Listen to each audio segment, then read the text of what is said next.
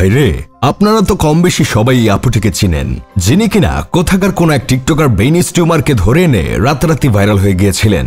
বর্তমানে উনি অনেকগুলো অনুষ্ঠানে উপস্থাপনা করেন। আপুটির কথা বলার ধরন, উপস্থিত বুদ্ধি আর আটামদা মিশ্রিত সৌন্দর্য দেখে আমি জাস্ট ফিদা হয়ে গেছি, জাস্ট ফিদা। আমার তো মাঝে মধ্যে মনে হয় আপুটিকে যদি কখনো সামনাসামনি দেখতে পেতাম তাহলে ওনার চোখে চোখ রেখে বলতাম, সমৃদ্ধি, এই নাও তোমার ব্রেইন, তুমি রাস্তায় এটা ভুল করে ফেলে এসেছিলে, আমি কুড়িয়ে সেটা নিয়ে এসেছি, দয়া করে এটা মাথায় লাগিয়ে জাতিকে একটু মুক্তি দাও। এক উপস্থাপিকা অতিথিদের হাতে শসা বেগুন ধরিয়ে দিয়ে বলে, এটা আপনার কাজে লাগবে।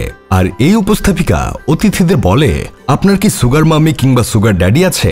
মানুষের বিবেকে শয়তানি হিসু করে দিলে অনুষ্ঠানে আসা অতিথিদের এমন চুলমার্কা প্রশ্ন করতে পারে।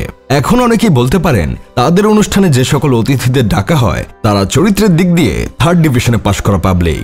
এখন আমার কথা হলো, কি দরকার এমন 3rd ক্লাস সেলিব্রিটিদের ধরে আনা?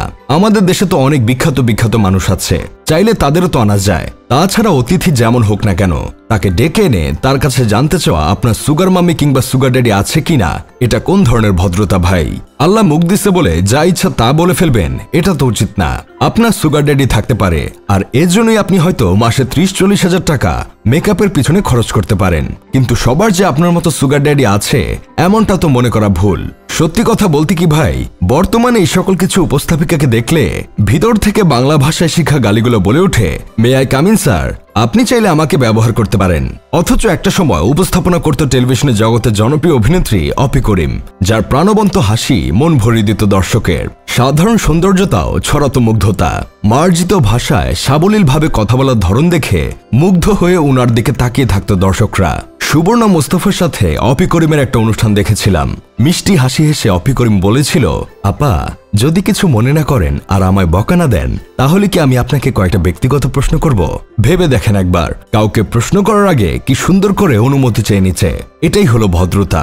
শুধুমাত্র নাট্য জগতে নয়, পড়াশোনার ক্ষেত্রেও ছিলেন সমান পারদর্শী। নাটক, টেলিফিল্ম, উপস্থাপনা, এমনকি নাচ, সব দিক দিয়েই উনি আলো ছড়িয়েছেন।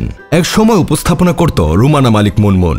খুব সম্ভবত উনি ছিল দেশের সবচেয়ে জনপ্রিয় উপস্থাপিকা। লাক্স তারকা থেকে দেশের শীর্ষস্থানীয় উপস্থাপিকা হওয়ার জার্নি যথেষ্ট উজ্জ্বল। উপস্থাপনায় এত প্রাঞ্জল, এত সাবলীল, এত প্রাণবন্ত, এত মুগ্ধকর খুব কমই দেখা যায়। যেখানে অনন্য মুনমুন। বিবিসি জানালার উপস্থাপনায় তাকে দেখে জেনেছিলাম সে ইংরেজিতেও সমানতালে পারদর্শী। এছাড়াও ছিল স্পেলিং বি। উপস্থাপনার সবচেয়ে জনপ্রিয় কাজটা তিনি করেছেন মেবি আমার আমি অনুষ্ঠানটিতে। সেই আমার আমির হুমায়ুন ফরিদির সাথে অনেকগুলো ক্লিপ এখনো ভাইরাল। সেখানেও দেখা গিয়েছিল মুনমুন হুমায়ুন ফরিদির থেকে অনুমতি নিয়ে প্রশ্ন করেছিল, আপনি ধূমপান কেন করেন? আমরা চাই আপনি আমাদের মাঝে অনেকদিন বেঁচে থাকেন। মুনমুন আজকালকার কিছু উপস্থাপক উপস্থাপিকাদের মতো অহেতুক কথা বলেননি, বরং হুমায়ুন ফরিদিকে তার নিজের মতো করে কথা বলতে দিয়েছেন। এখানেও মুনমুন অনন্য ছিল। যাই হোক, শেষমেশ আমি গোলাম হোসেন একটা কাজের কথা কই। আগেরকার উপস্থাপক উপস্থাপিকাদের মাথায় ব্রেন ছিল, তাই তারা ভদ্রতা জিনিসটা জানতো। একটা মানুষকে কখন কিভাবে কি বিষয়ে প্রশ্ন করতে হয় সেটা তারা জানতো। এখনকার উপস্থাপক উপস্থাপিকাদের মতো ব্রেনবিহীন ছিল না।